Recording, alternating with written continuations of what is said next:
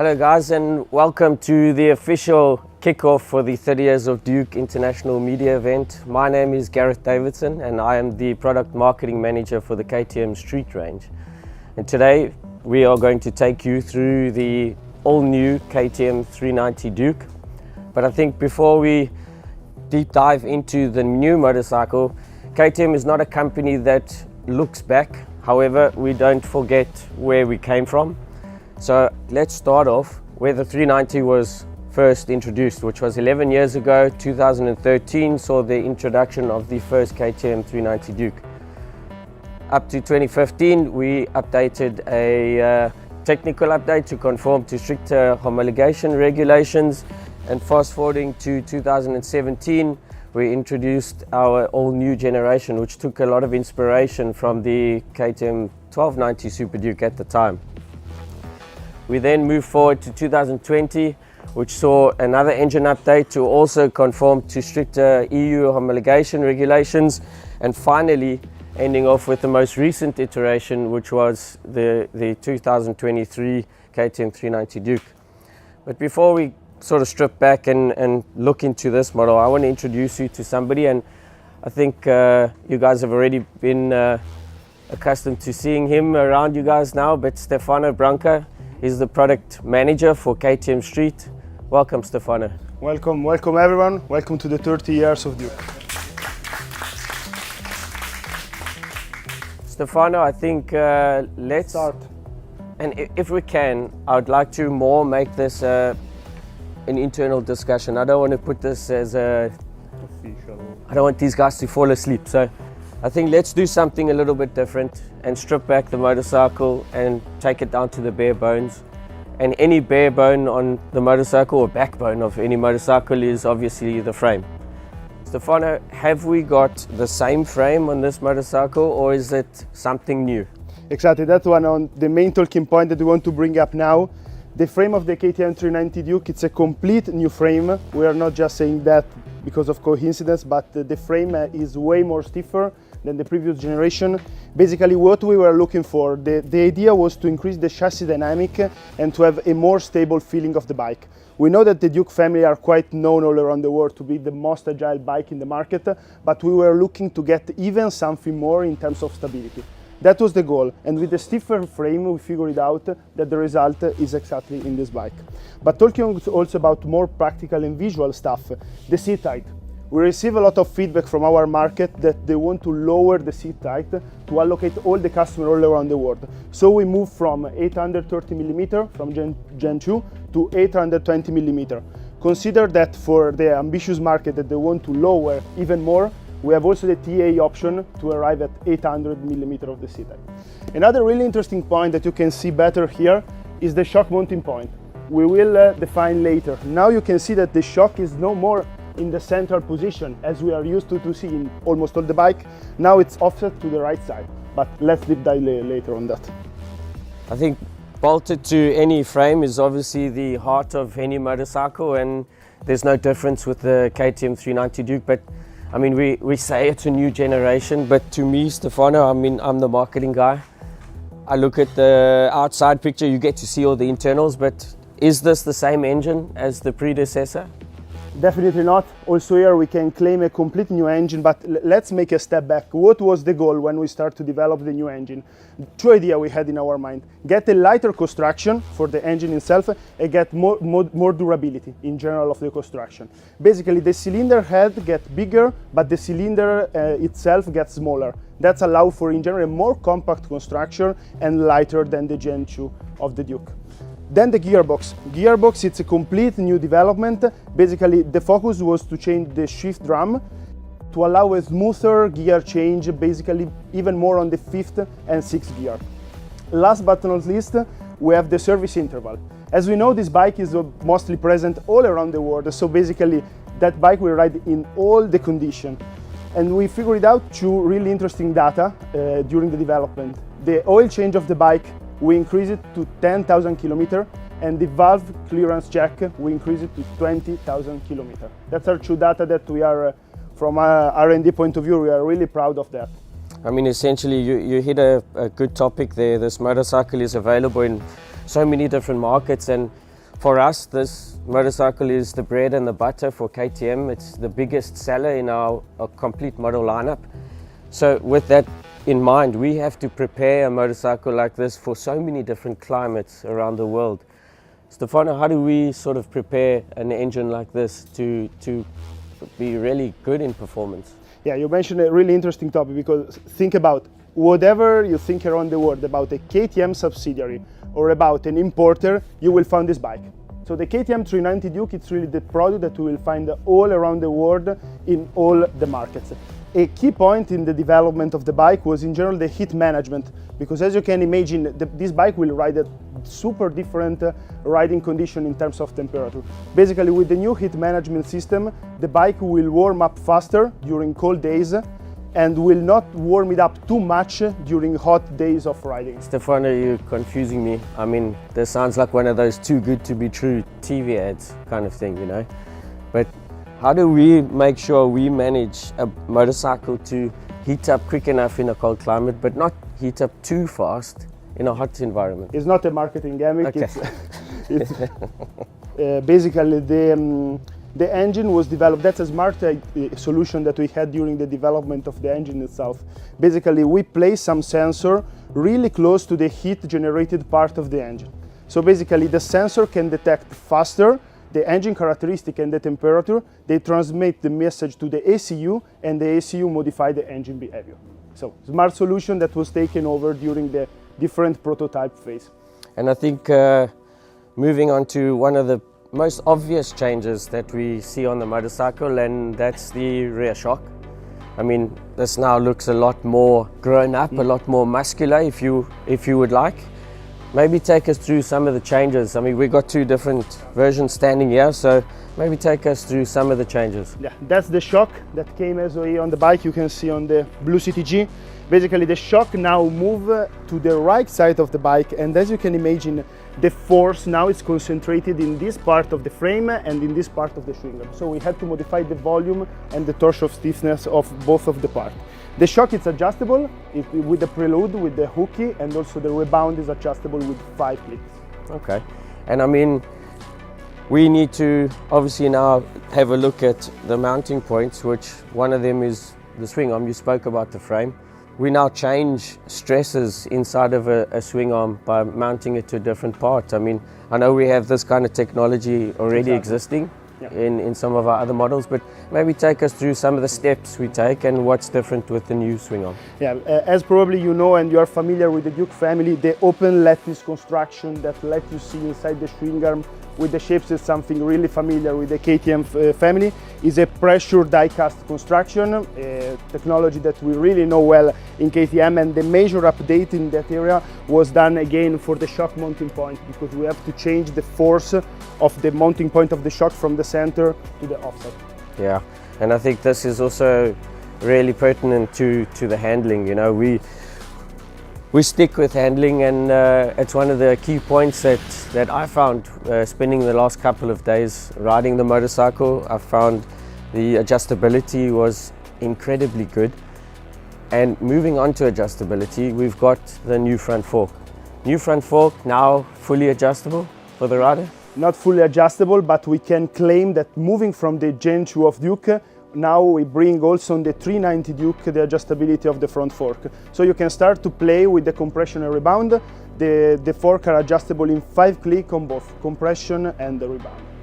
And you say 5 click. I know, also spending a lot of time on the 3090 Super Duke now, we've got a 30 click option. Are we shortchanging the rider in terms of only giving them 5 clicks? What is the reason behind the 5 click option? First of all, we are never downgrading in terms of hardware and product itself. The idea is that the range of adjustability that you have with the 5 click adjustable and the 30 click adjustable stays the same. So basically the data that you can get are exactly the same. The goal was to not let the rider hunting for the exact click at 100%. So we want to give you like a combination of adjustability that when you change 1 click on the bike will really change. So basically the effect, I will suggest you also to do it, because in general when you change a click, the behavior of the front suspension will change. You can really feel it. It is really noticeable for sure. Moving on, we've got quite an important topic, and you know, in any manufacturer, weight is really a big topic.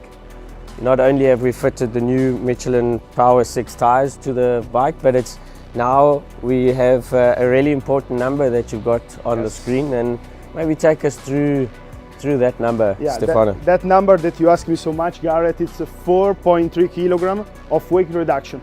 We just get this data only from the rims. It's something that is quite impressive, but the rims are developed for street naked use of the bike. For sure, we offer non-heavy duty and heavy duty wheels, depends on the country where we have to export and sell the bike. But basically, as you can easily understand, reducing the weight in a rotating part of the bike will reduce the unsprung rotating mass. What does it mean practically, and what you will perform about that? What's the performance taken out? Basically, the agility of the bike is even more increased. You will see in twisty roads, mountain roads, and in general, that during a curve and the change of direction, the bike looks even more light with the planted feeling on the front. And it does. I mean, again, spending so many hours now in the saddle, one of the biggest changes I've noticed is how quick the bike changes direction. So we'll definitely get to see that. But there's something really important that needs to be mentioned, and obviously that it must fit into an overall bigger picture. But I've now noticed that we've shifted the braking disc and the caliper to the right hand side of the motorcycle. Was this done for a performance upgrade, or what was the reason behind this? Let's say the reason, as you can see properly really well in this bike, that is keep instead of the Remus with most of OE parts, we want to give a prominent, masculine, more grow-up feeling of the bike when it's on the side stand. Now you can see you have everything, all the most technical parts are placed on the right side, from the muffler, the shock mounting point, and we decided so to take over this idea and this direction also from the front brake. The bike it's really grow up, and the effect is really approaching mid-range and big bikes. So now we've got quite a few things that we've got to talk about, and one of those things is the new subframe. The previous subframe was a trellis subframe inspired by Super Duke. What have we done with this new one? I mean, it looks completely, radically different. Exactly. Let's go point by point, because here it's a combination of solutions. First of all, you can see that the subframe, now we can see the wall construction in aluminum in the back. You have also on the other bike that it's something that really gives this prominent grow-up feeling of the bike. But let's say one of the main updates that was done on the subframe, it was linked to the seat height. So basically, we modified the frame, but also the subframe has an influence. What's the main modification? It's quite immediate to understand. Before, the subframe was mounted outside of the frame. To have a lower seat height, now the mounting point is moved inside of the frame. That makes it happen two steps basically. Lower seat height and also an optimized airbox. Because technically, if we reduce the seat height, also the airbox can get some influence. In this area, we decided to redesign the airbox with an optimized airflow. In the previous generation 2 of the KTM 390 Duke, the air intake was placed in the side. So the airbox would get air from the side area under the seat. Now we move the air intake in the front. That's allow basically to have an optimized construction and lower the seat height. And again, taking some inspiration from the flagship model of ours, which is Super Duke. And talking about Super Duke, I can't help but notice, Stefano, about this dashboard. Have we taken this dashboard off of a Super Duke and put it onto a 390 Duke? That's a really interesting point, and the connection with Super Duke made totally sense. I will tell you, from our dashboard, 5-inch TFT dashboard, the riding experience that you will have, it's exactly the same that you will experience on a big bike. So basically the visualization, layout, character, everything, it's all the same as on the big bikes. From a hardware point of view, we cannot say that it's exactly the same part number, just because we have a different production location and so different supplier. But from riding experience, you will have exactly the same. And to challenge you a little bit more, then we move to the internal working parts of any dashboard, and that's the software, the electronics. What's new on this motorcycle from the predecessor? The pack of electronic, it's quite interesting of this bike, even again marking that this bike it's like the Super Duke in several countries. It's really the high-end product that we offer. Electronics, we have two riding mode standard, street and rain. The traction control can be set in street, rain, and turn it off. We have the automatic turn indication reset, as well as a cool feature that came from the big models. We have the connectivity unit available, the quick shifter as technical accessories, and also the pit limiter, as we call it. Pit limiter. Is that your fancy, I mean, I'm the marketing guy, I'm supposed to come up with these kinds of names, but is that a fancy word for a speed limiter, or? That's the direction. It's not a fancy word, but it's a ready to race word. Perfect. Again, so you can set your maximum speed and basically the bike will not have more. But we forgot about launch control as well. I was going to say that. So playing around the last couple of days, we got a lot of saddle time, and there was one part of the electronics that I noticed when going into the new track screen. The word launch control highlighted out to me really well. I mean, is it a real product that we've got for these guys to use and try? It is launch control. We have launch control on the bike. In this bike, it's basically the same system that we took over, escalated for the 390 Dukes. So basically, we set the RPM limiter at 7,000 RPM, and basically then you can release the clutch and have the performance. And moving on, I mean, now we've got larger capacity in our fuel tank, but the fuel tank construction has now changed too. What's new? The fuel construction in general, it has a new shape. You can seal it out of steel. The material, it's really premium and it's full painted. But basically, that was another of our main goal that we have developing the bike, getting a increase in general the fuel capacity. The KTM 390 Duke has 15 liter of fuel capacity, 1.5 liter more than the Gen 2. That allowed to quite an interesting result, depends on the riding skills for sure, but from homologation as well, we can run 500 kilometers of fuel range with this bike. I'd like to move on to maybe one of the biggest talking points in, I would almost say, all of our Duke range, and that's moving to the headlight. We've noticed a lot of videos out there and social media explosion with some of our other models that we've brought to the front, and the headlight, I mean, we focus firstly on safety for our riders, so performance needs to be really good, but then you need a design element too. What have we done with the new headlight? The headlight, it's really, it was a long design discussion internally in our agency, because what was the goal? We want to design a new headlight, but the idea was to be recognizable on the street. As you know, the KTM in general, when you see a Duke approaching you from the mirror, you have to recognize it, that this is 100% a Duke. And with this new headlight, we want to keep the same consistency. It's a full LED system. On the side are running the position lights that are standard on 390, but available also for STA in 125 and 250. And in the center, we have the high and low beam. In general, we try during the development also to remove any shade during your ride. Before we were used to have a sort of line, let's say, in the center of shade where the light was not brightening. Now also this step was completely removed. So essentially we've got a lot more stray light that casted on the sides as well, so just to not have any hard edges to the light. But moving on to a overall bigger picture, and that's the complete new design. In a lot of markets around the world, the KTM 390 Duke is in some cases the biggest motorcycle that they offer. So we have to produce something that is inspired from the Super Duke because of this fact. Maybe take us through some of the processes and finishes, quality that we've put into the little 390 Duke. Yeah, the KTM 390 Duke, as you can see, it's quite an ambitious bike in terms of shape, technology, color, trim, graphic.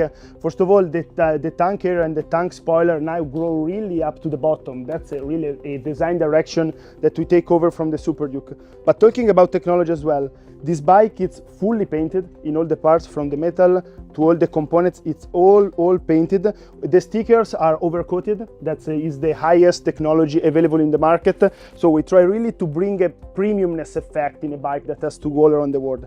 Really interesting, it's also the texture. We want to bring the Duke texture, as you can see on the seat, and also in the tank area. Again, some premiumness feeling for the bike for our customer. But the seat, let's mention also this point. The seat came just for the first year in orange, then we will bring it in black. That's an idea that we had internally, because 390 Duke effectively is the first bike that we brought for the 30 years of Duke. So let's commemorate it with the seat as well. That would be just basically on the orange, electronic orange model up into June this year. Obviously this was launched in August last year already, filtering into some of those markets from then. As you see, the second color, Atlantic Blue, will have the black seat from the outset. The orange is the obviously signature to 30 years of Duke celebration. But one last thing, Stefano, could you take us through maybe some of the riding ergonomics that's of interest on this bike? That's a really crucial point. I will suggest you then jumping to the design point as well, that it's quite connected to touch the bike, have a feeling of the material that we used, because it's something that you cannot recognize in picture or in images. You can properly have this premium feeling. But talk about the riding. First of all, this surface that you can see in the tank area, this is quite a long development, because basically the idea was to keep, even for taller people like me, that I'm almost 190, to keep the knee contact point during all riding without having any interface with the knee in the front part. Now you will see, but basically in twisty roads, when you have to change direction and you are in a curvy road, your knee contact point will keep in the side of the bike. So one last thing, and it's going to be a challenge, Stefano. You know marketing guys and numbers, and I know as we are treating this like a more of an interview discussion, I've got to challenge you with a number of how different this motorcycle is to the last generation. So give me a number, a percentage of how different this motorcycle is from the predecessor. Okay, let's consider new frame, new schwingarm, new suspension, new electronic, new tank, different technology for the CTG, new dashboard. This brings us the KTM 390 Duke at a percentage of 90% new. So pretty much an all-new motorcycle. It's not just a statement. No, it's really a proper comparison that we had internally. We can play also saying a bit more, but that's a number that we can completely confirm. Yes. That's cool. And sticking true to the Ready to Race slogan that we have, and that's power parts and power wear as well. This motorcycle in the center here is a basic complete power parts offering. So almost all of our bling, including the Apex Pro component suspension on the front and the rear. We've got it fitted with a lot of stuff and available for you guys to have a look and see what we can offer. Also fitted to the second color is another option of a continued partnership with Ramus Exhaust. So we do offer some different varieties, and this one is fitted with a really short and stubby Krapovich exhaust. But I think that's enough from us right now, Stefano. I want to get these guys onto the road and riding as soon as possible. Thank you. Thank you.